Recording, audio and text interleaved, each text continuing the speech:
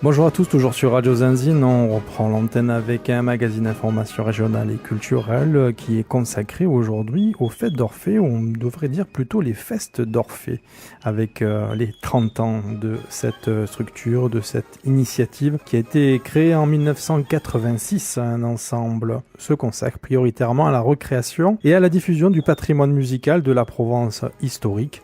On parle de la période essentiellement baroque. Centré sur un chœur d'une trentaine de chanteurs, l'ensemble compte également plusieurs formations solistes, vocales et instrumentales. Elle s'associe à des musiciens professionnels, spécialisés, l'orchestre baroque, continuiste ou soliste. Chaque saison, il propose de nombreux programmes de façon permanente et régulière, et régulièrement renouvelés.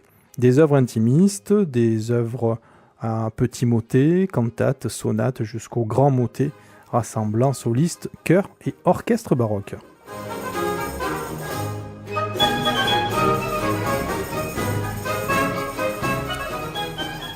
Pour en parler, on est avec Guy Laurent, créateur de cette initiative, de ce groupe Les Fêtes d'Orphée, et avec Céline et Raymond. Bonsoir. Bonsoir.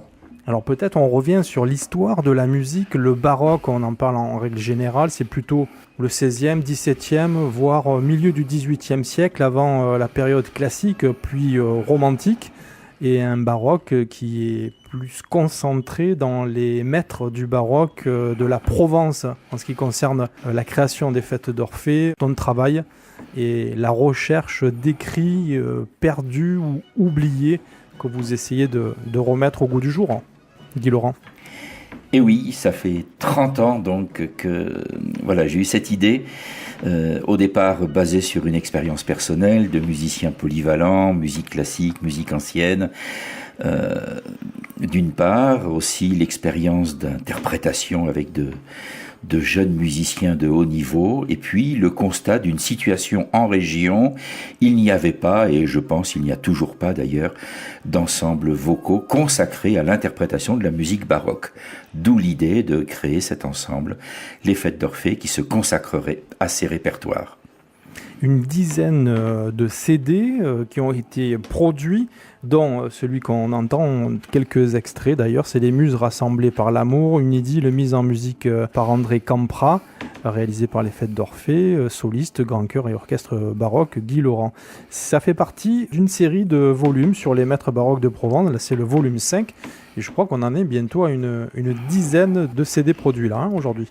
Oui, avec trois collections, les maîtres baroques de Provence, donc ce 5e opus, sorti l'année dernière, centré sur cette grande œuvre dédiée à Aix-en-Provence, signé André Campra, et puis donc 4 volumes précédents. Nous avons aussi une collection autour du thème de Noël, avec 3 volumes, et puis des éditions qui ont été réalisées avec K617 et Harmonia Mundi, avec 2 volumes consacrés, l'une à des grands motets provençaux et l'autre au grand compositeur Jean Gilles.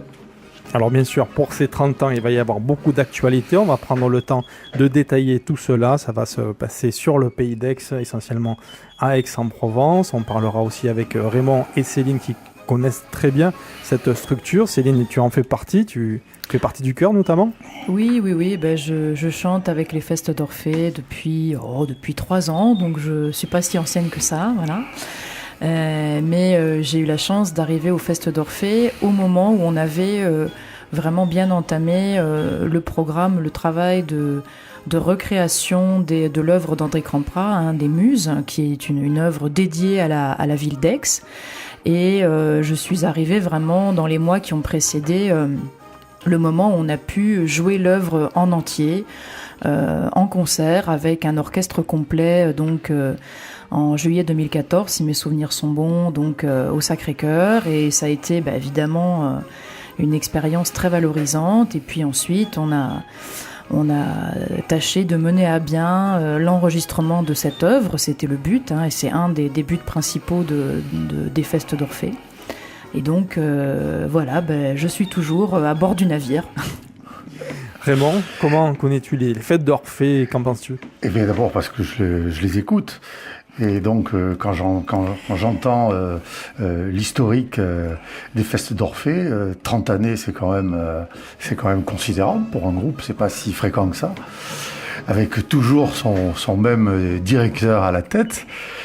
Et tout à l'heure, donc on a parlé donc des muses rassemblées par l'amour, qui est donc une recréation. La petite histoire de cette recréation qu'on peut essayer de voir. Et puis, ce que j'aimerais, c'est que on essaye d'expliquer un petit peu. Je sais qu'il y a une conférence qui va se dérouler le 18 octobre, donc en avant-première, l'aventure de la récréation. Je suis sûr qu'il y a plein de petites anecdotes, de petites choses comme ça, assez intéressantes dans la récréation des œuvres baroques.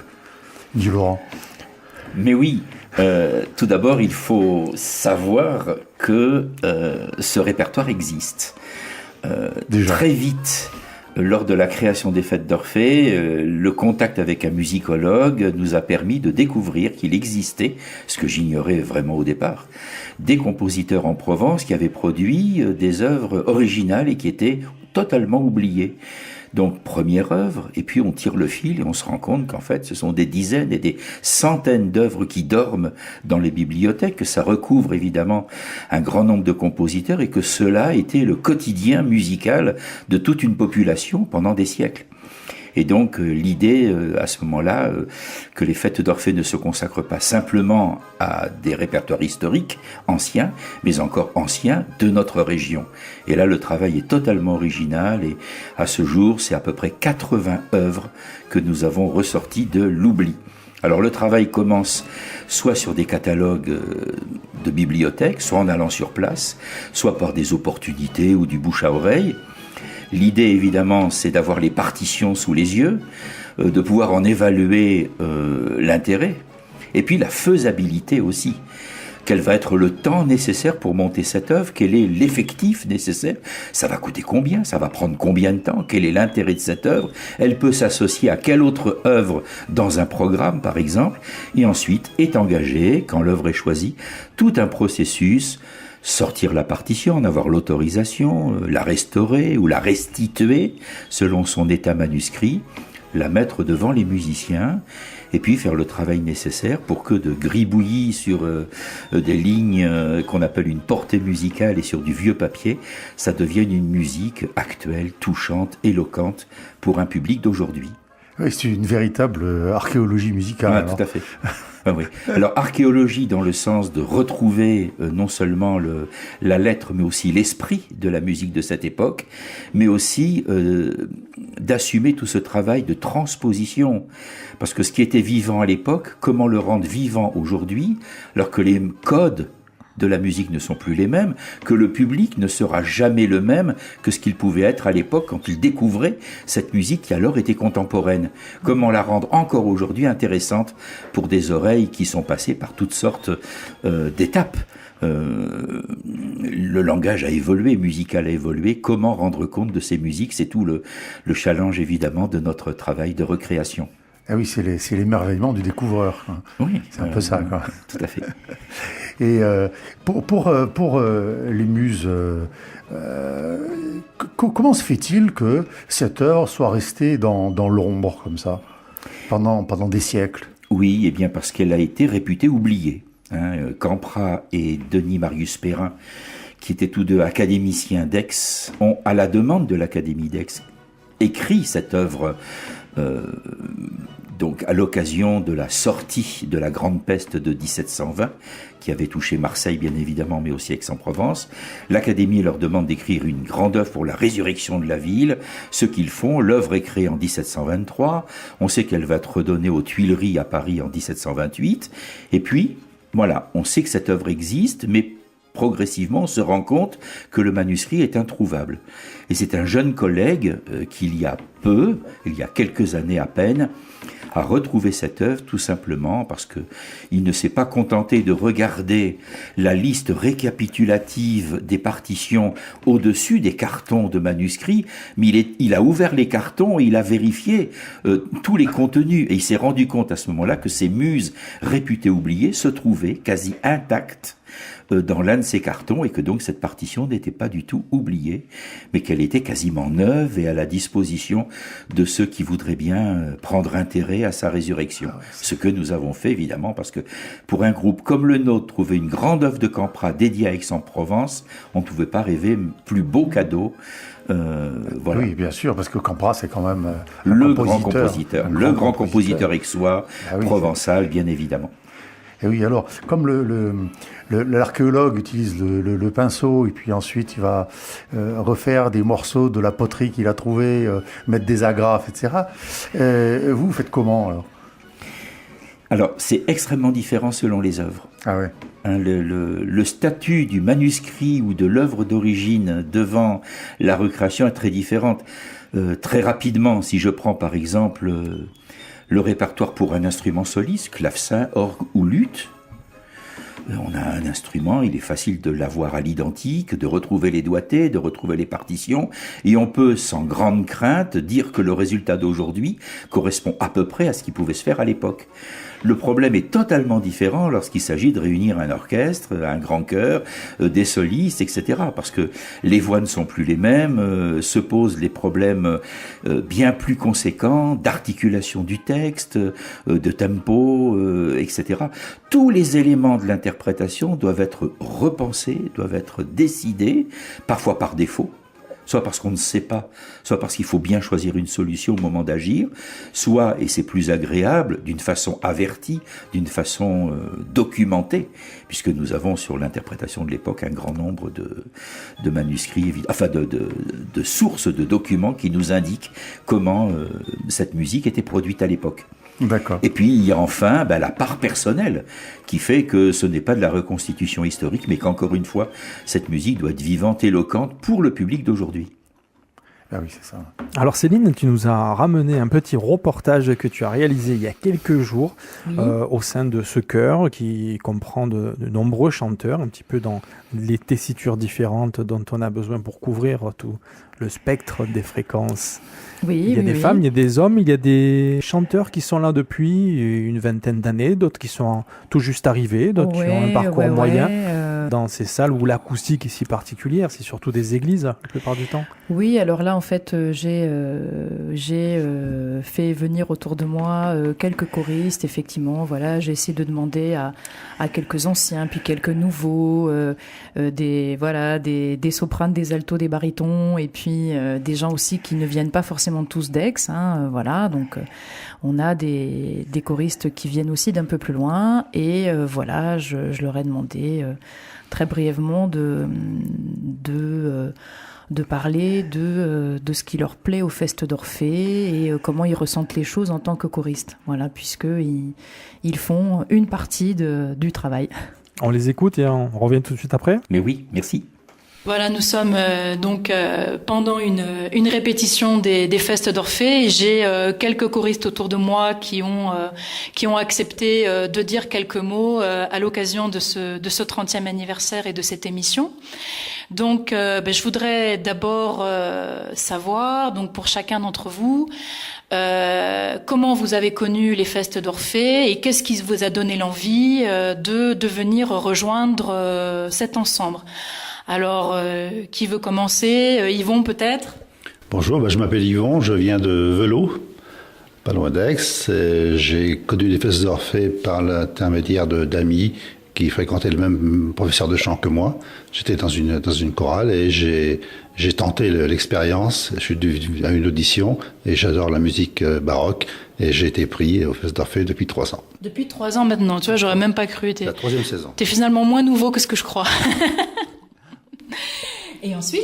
Eh bien, je m'appelle Marie-France Edmond, je suis musicienne, j'enseigne à l'école de musique de Marignane, je dirige des chœurs, trois chorales, j'habite Velot et j'ai connu les Festes d'Orphée lors d'un concert pour le Requiem de Fauré, le cantique de Jean Racine. J'ai adoré l'interprétation et j'ai eu envie de m'inscrire, donc voilà, ça fait 1 an que je chante sous la direction de Guy Laurent et c'est un plaisir. Laure, quelques mots ? Oui, alors moi je m'appelle Laure Bonheur, je suis d'Aix-en-Provence et j'appartiens à ce groupe depuis 23 ans. Je crois que je suis la doyenne des choristes. Voilà. Quelle brillante doyenne, on peut le dire. En tout cas, une fidèle, c'est sûr. Et j'ai été amenée à participer à ce chœur par une amie, malheureusement disparue aujourd'hui et très chère, à qui je rends hommage, Odile Bunel, qui m'a incité à venir rejoindre ce groupe, qui m'a donc présentée, et j'ai tout de suite trouvé une place intéressante. J'ai pu faire à la fois des participations solistes et participer au chœur aussi. Donc j'ai beaucoup aimé ce double statut. J'ai aussi beaucoup apprécié le fait qu'il y ait plusieurs petits ensembles. C'est un groupe à géométrie variable et c'est extrêmement agréable de pouvoir comme ça varier les styles et les compositions du groupe. Et voilà, donc je suis une grande fidèle. Christian ? Oui, je m'appelle Christian, moi je viens de Marseille. J'ai connu les fêtes d'Orphée lors de concerts certainement à Marseille. Et je les ai connus à un moment où j'avais chanté, après avoir chanté des années dans plusieurs ensembles, où j'ai chanté de la musique plus je dirais du 20e ou du 19e, peut-être aussi effectivement du Bach comme tout le monde quand même. C'est un moment où j'ai eu besoin dans ma vie et envie de changer de répertoire. Et donc, ça va faire j'entame ma 8e saison. Je suis venu fin 2009. Donc, je commence la 8e saison. Et ça m'a permis d'aborder un répertoire de musique baroque principalement, même si on fait aussi de la musique très récente. C'est principalement baroque. Ça m'a beaucoup intéressé dans la façon de travailler avec Guy Laurent aussi.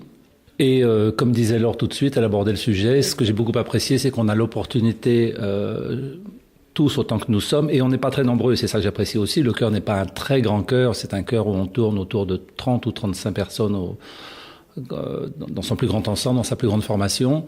On a l'occasion de chanter en plus petit chœur à 12 ou 13 personnes, voire en plus petit ensemble, genre octuor ou quatuor, voire en soliste. Donc chacun a l'opportunité, s'il en a l'envie et les moyens, de participer à certaines prestations en tout petit ensemble et voire en soliste. Donc ça, c'est vraiment très intéressant.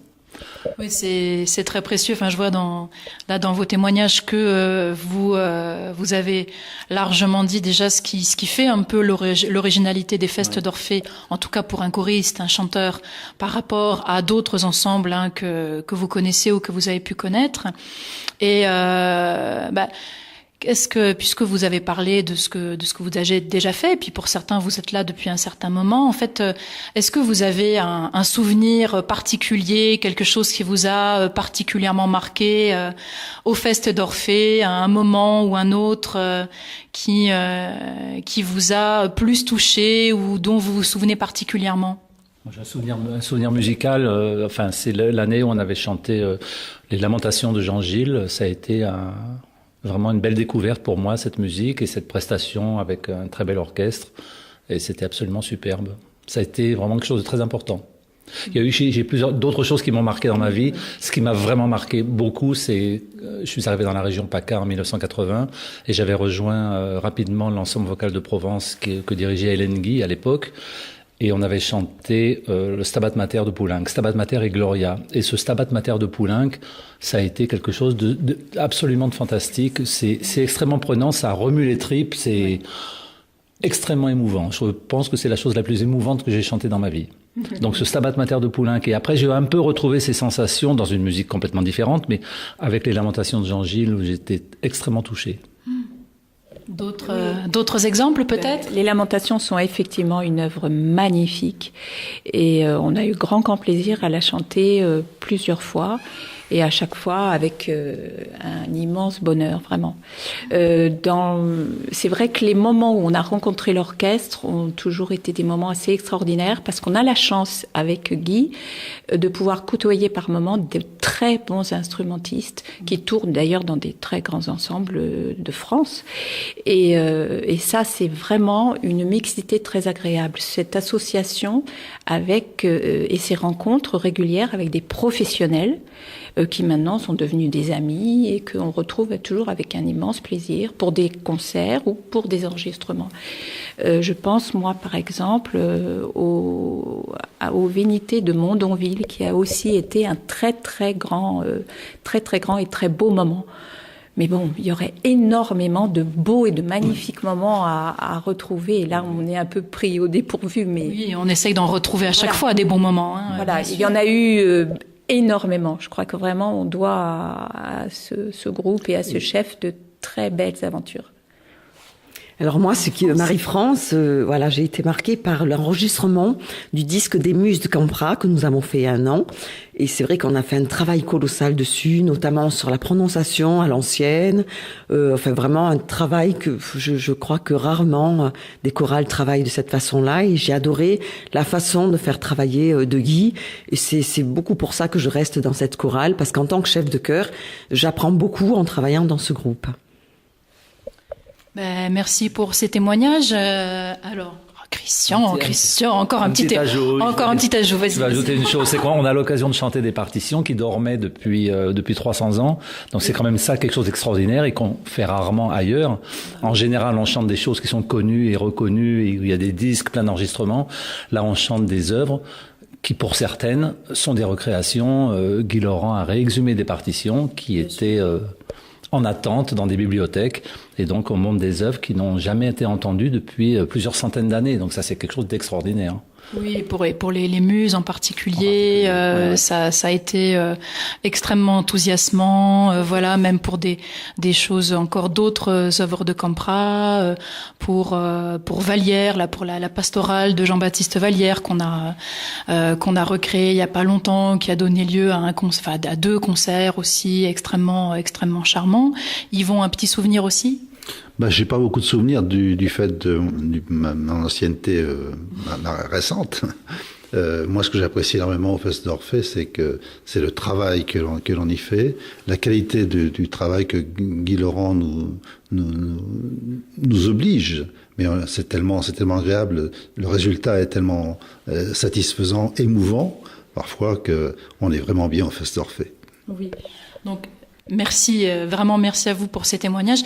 Qu'est-ce qu'on peut souhaiter au Fest d'Orphée pour les 30 ans qui viennent, selon vous? Longue vie Et un très bon anniversaire. Absolument. Et merci à notre chef, qui donne sans compter. Merci à vous.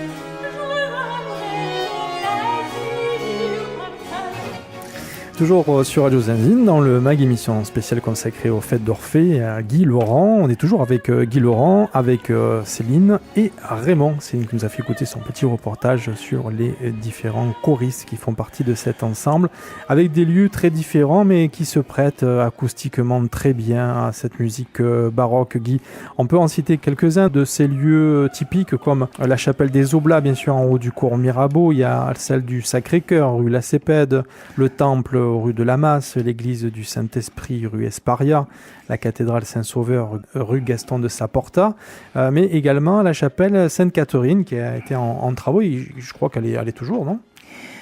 Alors l'aspect extérieur évidemment est finalisé, des travaux importants de restauration ont été conduits par la municipalité d'Aix, très bien, je pense que l'intérieur reste à traiter et puis surtout à définir une destination culturelle de ce lieu. Nous y avons bien évidemment notre place, qui d'ailleurs nous a été promise à l'époque lorsque nous avons dû quitter ce lieu pour des raisons de sécurité. Donc voilà, le dossier est ouvert et on souhaite bien à l'avenir retrouver retrouver ce lieu magnifique, cette chapelle du 17e, pour poursuivre notre aventure de musique patrimoniale. Je crois que cet écrin mérite bien que la rencontre de ces deux patrimoines, l'architecture et la musique aixoise. C'est un appel. Oui, en même temps, une confirmation, un souhait, voilà. Les maîtres de la musique baroque, c'est un petit peu les répertoires que vous mettez en avant. Qu'est-ce qu'on peut dire aux auditeurs qui connaissent le baroque en règle générale? Classiquement, on dit le baroque, ça se travaille avec une basse continue qui peut être jouée par différents instruments, une verticalité, puis une mélodie avec des instruments particuliers. Qu'est-ce que tu peux nous raconter sur l'originalité de cette période baroque en Provence? Alors déjà par rapport à d'autres territoires, c'est quelque chose de très spécifique dans l'étude. La musique baroque d'une façon plus générale, on peut la définir de toutes sortes de manières. On prend n'importe quelle caractéristique de cette musique et cette caractéristique peut être définie dans son aspect baroque. Par exemple, les périodes, c'est évidemment du début du XVIIe jusqu'au milieu du XVIIIe, par exemple. En ce qui concerne l'instrumentation, eh bien, on a des factures instrumentales qui correspondent à cette époque. La priorité du clavecin, de la viole de gambe, la facture des violons, les instruments à vent qui connaissent aussi une facture tout à fait particulière. C'est une autre manière de définir cette musique. Ensuite, sur le plan de l'écriture musicale, eh bien, c'est par exemple la primauté du texte, de la déclamation dans la compréhension globale de l'œuvre. C'est la naissance d'une harmonie moderne. Sur le plan maintenant plus affectif, ce qu'on perçoit de cette musique, ça va être la mise en valeur de ce qu'on appelle les affects à travers un code musical. La musique baroque est codée. Elle s'adresse a priori plutôt pour un auditoire cultivé, un auditoire connaisseur. À l'époque, il y avait toute une part de la population qui avait accès, qui était lettrée et qui avait accès à cette musique à travers la littérature et par le fait que chacun pratiquait aussi. Ça faisait partie de l'éducation de base, pratiquer les instruments, chanter cette musique. Et donc, il y a tout un codage de cette musique qui va ensuite disparaître avec la Révolution et un accès plus sentimental, on va dire plus immédiat à la musique au XIXe siècle. Mais la musique baroque donc est définissable par l'addition de tous ces aspects concernant la composition, les instruments, la voix.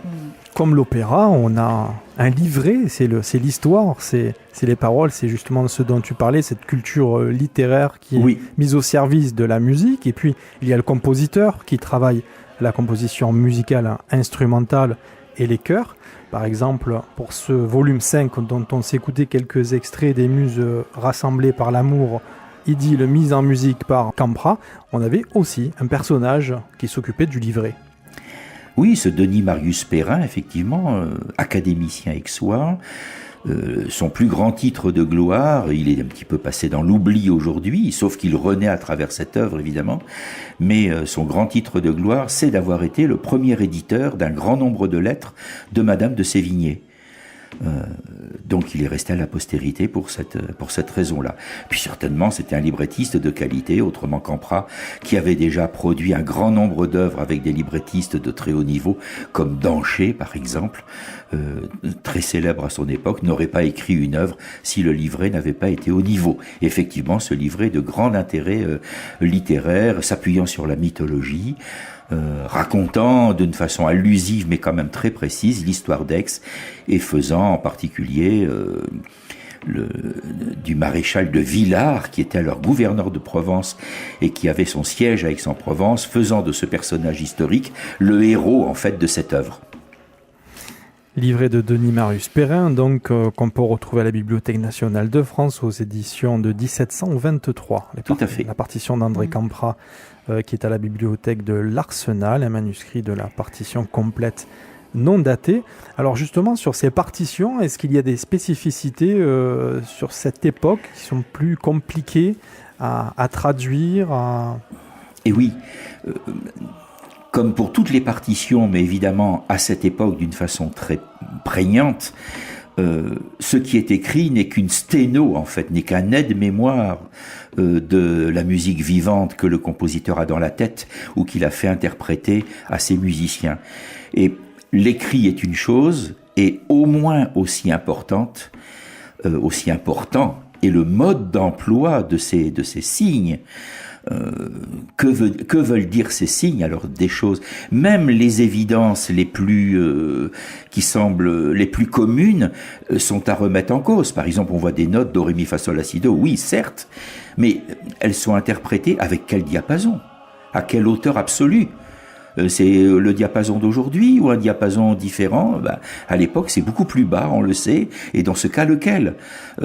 On voit la gamme telle qu'elle est commune à toutes les musiques occidentales, certes, mais quel est l'intervalle réel qui sépare chaque degré? Eh bien, à l'époque, cette musique est non tempérée. Ce ne sont pas les demi-tons égaux du piano. Donc on est dans un non-tempérament et là, voilà, ça, et tout est à questionner de cette manière-là. On voit des rythmes avec une longue, une courte. Oui, mais dans quelle proportion? Ce n'est pas la proportion mathématique qui pourrait être déduite d'une simple lecture aujourd'hui. On peut rappeler pour les auditeurs, quand tu parles d'intervalle, c'est pour mettre l'accent sur le pianoforte qui est né après cette période où on a réalisé un instrument qui gardait un intervalle entre deux notes qui était exactement le même pour un ton ou pour un demi-ton, alors qu'on avait des communs un peu partout ailleurs, où c'était beaucoup plus petit, avec des gammes qui comportaient de nombreuses notes. C'est pas forcément lié à un instrument. Le fait que ce qu'on appelle le tempérament, c'est-à-dire les distances réelles entre les différentes notes de la gamme évoluent, sont pour des raisons d'écriture musicale. Au Moyen-Âge, par exemple, la musique, et là, j'utilise des termes un petit peu, des gros mots, des termes un peu techniques, la musique ne module pas, on est dans des modes. Donc à ce moment-là, la quinte et l'intervalle fixe et précis et parfaitement juste dans cette musique. Au XVIe siècle, c'est la tierce qui va devenir l'intervalle de référence.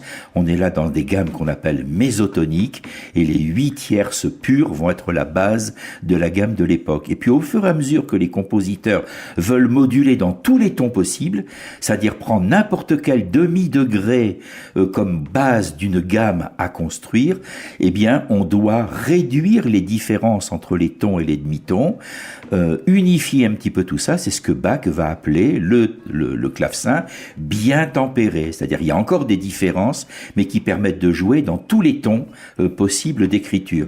Et puis à un moment donné, eh bien les musiciens vont convenir que ces tons ou ces demi-tons doivent être égaux entre eux, et dans ce cas-là, on va arriver à la gamme d'aujourd'hui. Mais à l'époque baroque, cela n'existe pas. On connaît cette gamme égale, mais on pense qu'elle n'est pas assez intéressante, qu'elle est moins belle que les gammes non tempérées, et donc il faudrait, si on voulait être d'une authenticité totale, interpréter ces musiques dans les gammes qui leur correspondent, ce qui est à vrai dire extrêmement compliqué. On arrive ensuite avec ce La 440 qui est la référence pour s'accorder.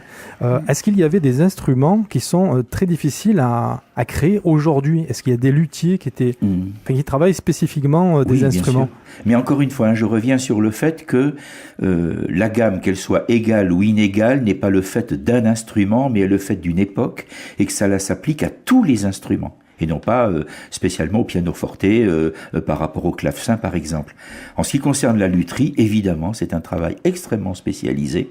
Et on a alors, voilà, quelques artisans, quelques artistes, on peut même dire, aujourd'hui, qui dans les différents domaines répondent aux besoins des musiciens d'aujourd'hui, qui veulent utiliser les instruments anciens, puisque il est souvent difficile, sauf pour quelques-uns d'entre eux, d'utiliser les instruments véritablement d'époque.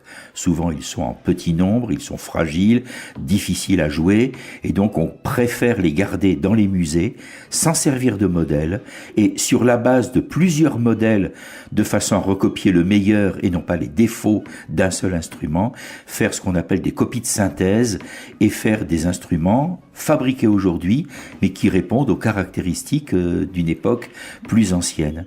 Personnellement, mes instruments sont fabriqués, mes flûtes sont fabriquées par Philippe Bolton, qui travaille de cette façon. Il va dans les musées, il prend les mesures de différentes flûtes du même facteur, et il va réaliser aujourd'hui à la demande ces instruments pour des usages très précis. Cela est vrai pour tous les instruments, clavecin, violon, etc. Le chœur est composé de combien de membres actuellement, et est-ce qu'on peut en faire partie? Comment ça se passe? Est-ce qu'il y a une sélection? Alors j'ai toujours souhaité que le groupe tourne autour d'une trentaine. Alors selon les aléas des années, ça peut être un petit peu plus, un petit peu moins. Certaines œuvres demandent quelques chanteurs de plus, mais le groupe, dans son ensemble, c'est une trentaine de chanteurs. Issus de ce groupe de chanteurs, comme il a été dit précédemment, se construisent des petits groupes, des petits chœurs, chœurs de dames, petits chœurs mixtes de différentes tailles, jusqu'à des ensembles solistes, 4 par voix ou une seule voix soliste. Il est possible, bien sûr, de participer aux fêtes d'Orphée, mais comme une arrivée doit correspondre à un départ, cela veut dire que ça dépend du contexte, que tous les pupitres ne sont pas ouverts à de nouveaux venus chaque année, et que selon nos besoins, nous pouvons accueillir, actuellement par exemple, c'est le pupitre de ténor et d'alto pour lesquels nous pouvons ouvrir quelques places, et à ce moment-là, le chanteur qui souhaite venir avec nous me contacte personnellement, on discute, on se rencontre, et puis nous voyons s'il y a intérêt à faire un bout de chemin ensemble. Si ce bout de chemin est concluant, eh bien, cette collaboration Fête d'Orphée, nous souhaitons qu'elle soit la plus longue possible. Alors c'est vrai, pour revenir ce que tu disais sur cette musique baroque, et en particulier française, qui est avant tout un texte, un discours, un langage, une langue qu'il faut apprendre. C'est vrai que les choristes ne sont pas des musicologues, des chercheurs en histoire de la musique, donc ils apprennent petit à petit, les nouveaux arrivants apprennent petit à petit les exigences de cette musique baroque française, provençale. Et c'est vrai qu'au départ, c'est déroutant. Il nous arrive assez souvent de travailler des partitions, notamment ces partitions recréées sur des facsimilés, donc où on lit la musique telle qu'elle a été copiée à l'époque. Voilà, donc il y a un petit moment d'acclimatation.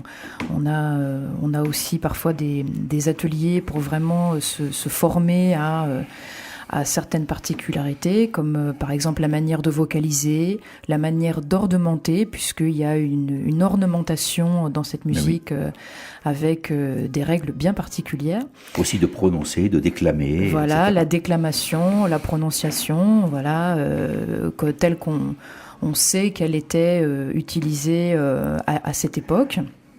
Tous les gens qui font de la musique baroque sont pas forcément d'accord avec ça. Il y a des débats, mais c'est vrai que quand on dit chantons, célébrons l'heureux jour, eh bien curieusement, on s'aperçoit que quand on redit la même chose en disant chantons, célébrons l'heureux jour, eh bien en fait, musicalement, ça n'a rien à voir, voilà. Et donc on se dit, oui, quand même, il y a des grandes chances que vraiment ça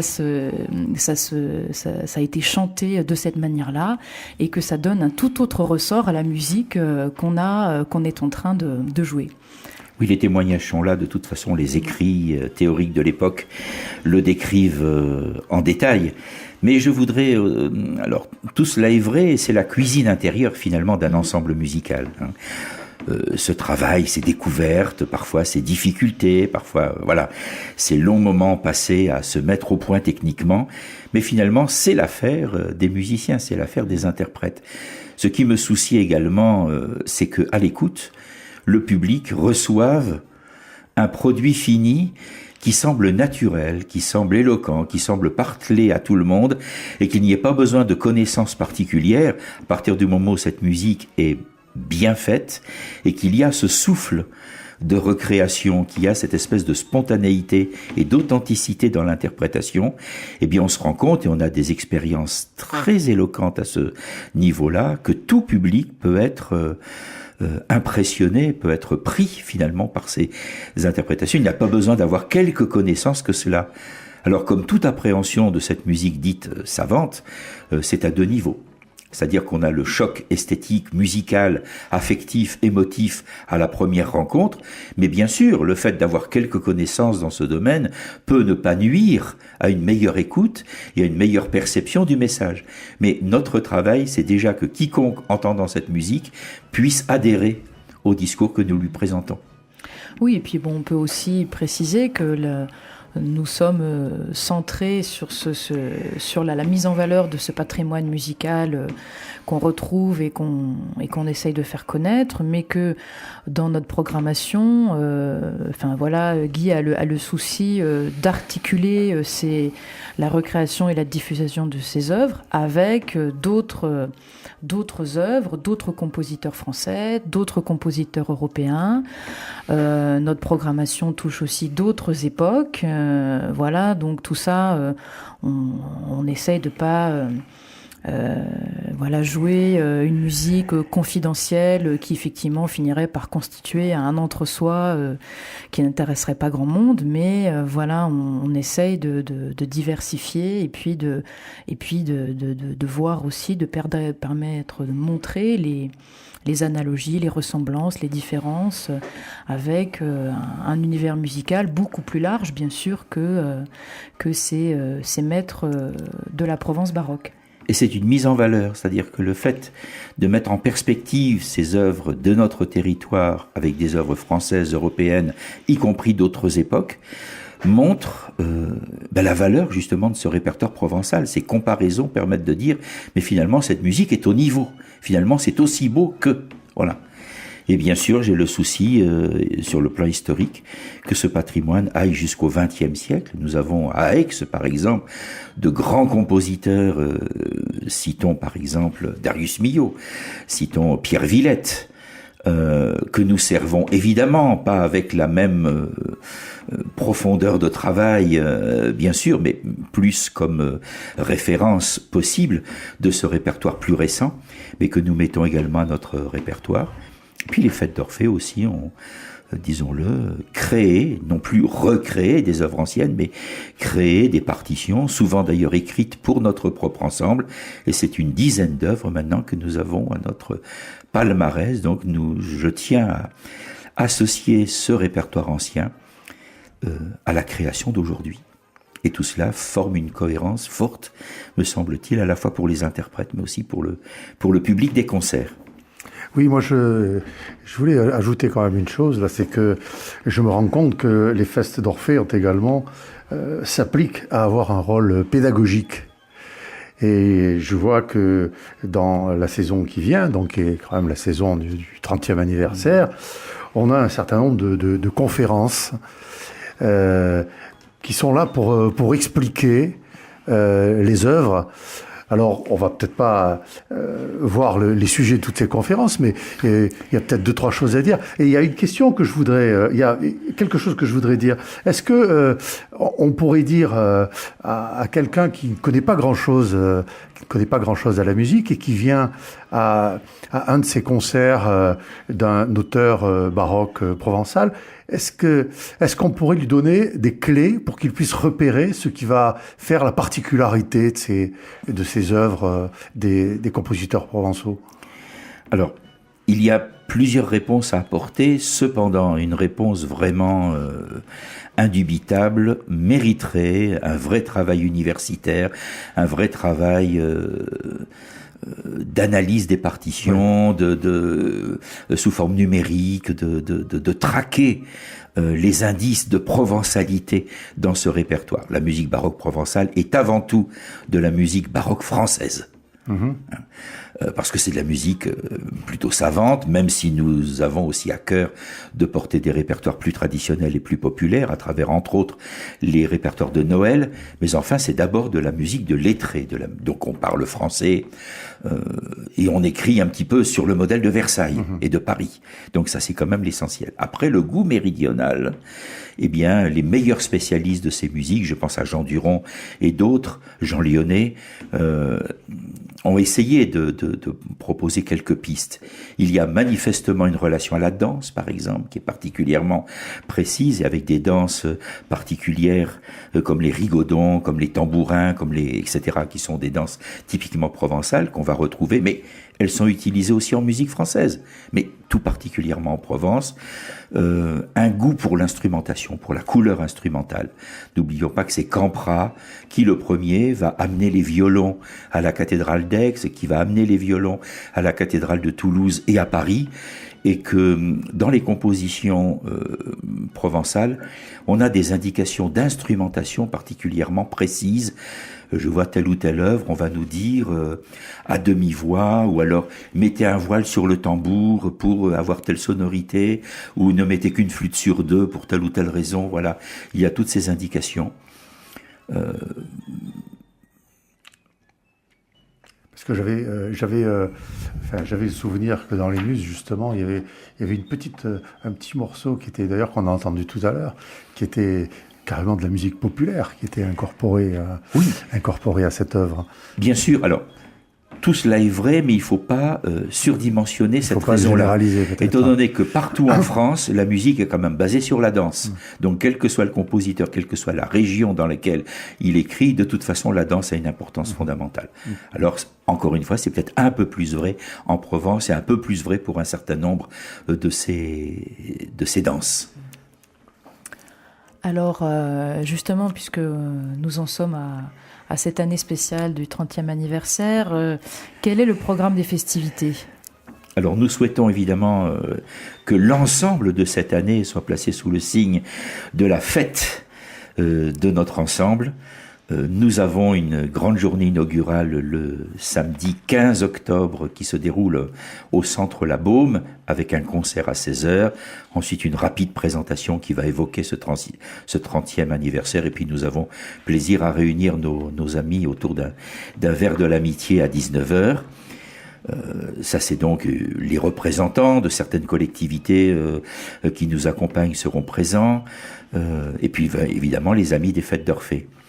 Autre grand moment sera certainement la collaboration avec le Grand Théâtre de Provence, puisque le 21 décembre, en l'église Saint-Jean de Malte, nous allons donner un concert de Noël avec la Nativité de Campra, qui est une œuvre que nous avons en quelque sorte recréée, même s'il y avait quelques prémices avant nous, quand même nous l'avons recréée.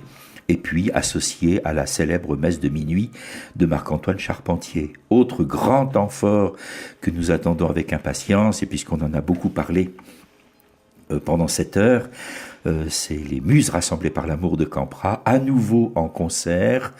Cela est quasiment assuré.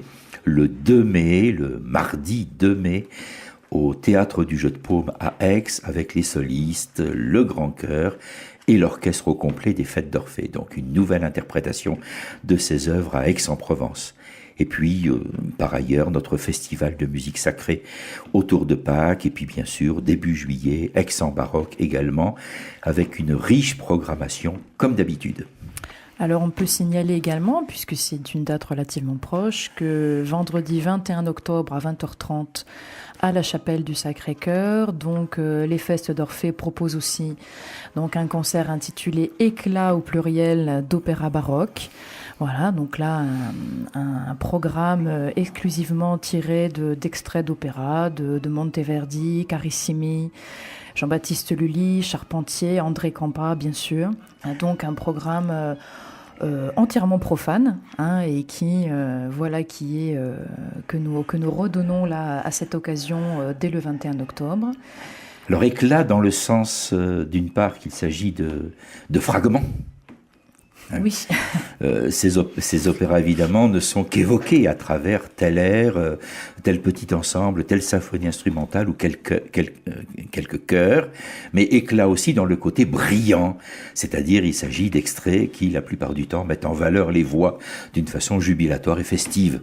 Voilà, donc nous souhaitons retrouver le public à l'occasion de ce concert, vendredi 21 octobre, à la chapelle du Sacré-Cœur. À la chapelle du Sacré-Cœur. Peut-être rappeler comment retrouver justement l'actualité des Fêtes d'Orphée, rentrer en contact avec l'équipe, suivre les vidéos qui vont être peut-être mises en ligne et puis la sortie des prochaines productions. On rappelle qu'il y en a eu une bonne dizaine depuis le début. La dernière production justement c'est pour cet anniversaire des 30 ans. Oui, tout à fait. Tu nous rappelles peut-être Guy Laurent le site internet principal et est-ce que vous utilisez les réseaux sociaux par exemple ? Alors notre site c'est www, comme tout le monde, .orphée, ORPHEE, sans accent, .org, ORG. Donc nous sommes présents aussi sur Facebook. Voilà, nous avons une page qui s'appelle Les Festes d'Orphée. Voilà, où vous pouvez vous abonner à cette page. Voilà, vous pouvez voilà, pour recevoir en temps réel les annonces de nos événements. Hein, et effectivement, donc nous avons nous sommes installés à l'espace Forbin, donc place John Révald à Aix-en-Provence. Nous travaillons, donc notre administrateur c'est Julien Ridez, notre chargé de production-diffusion c'est Philippa Braga Oliveira, voilà, qui sont nos deux très fidèles, voilà, et nos deux anges gardiens, voilà, et qui travaillent dans l'ombre, hein, il faut le dire, mais qui travaillent énormément et à qui nous tenons beaucoup.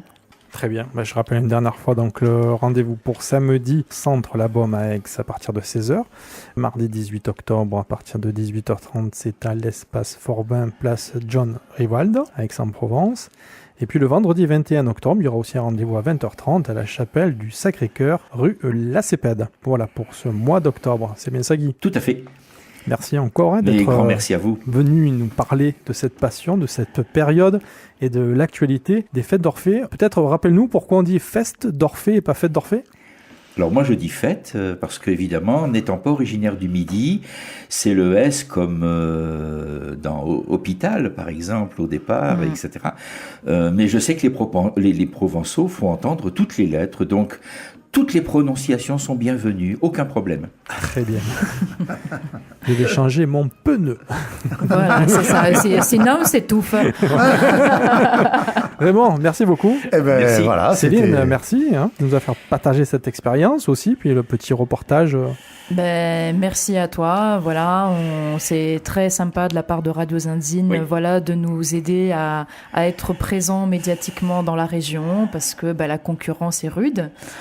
Pour faire connaître et annoncer des concerts. On a désormais à Aix quand même des concurrences très costauds avec des productions qui ont un très très gros soutien financier. Voilà, le Festival de Pâques, le Festival d'Aix, tout ça. Donc ce sont des poids lourds face auxquels des petites structures comme la nôtre ont quand même un peu de mal, non pas à exister, mais en tout cas à être visibles. Donc c'est vraiment un chouette coup de main voilà, de la part de Radio Zinzine. Merci. Merci beaucoup. Oui, moi je voulais ajouter que bien sûr l'ensemble des Festes d'Orphée est un ensemble qui est un vrai ensemble militant pour la culture du baroque, et que bien sûr cet ensemble a besoin de soutien. Donc je signale qu'il est possible bien sûr de faire des dons qui sont bien sûr qui donnent lieu à un reçu fiscal et à une réduction d'impôts. Et donc pensez-y, puis surtout venez au concert. Voilà, c'est encore la meilleure méthode. Voilà. Et le site orphée.org. Merci à tous les trois. À très vite. Merci.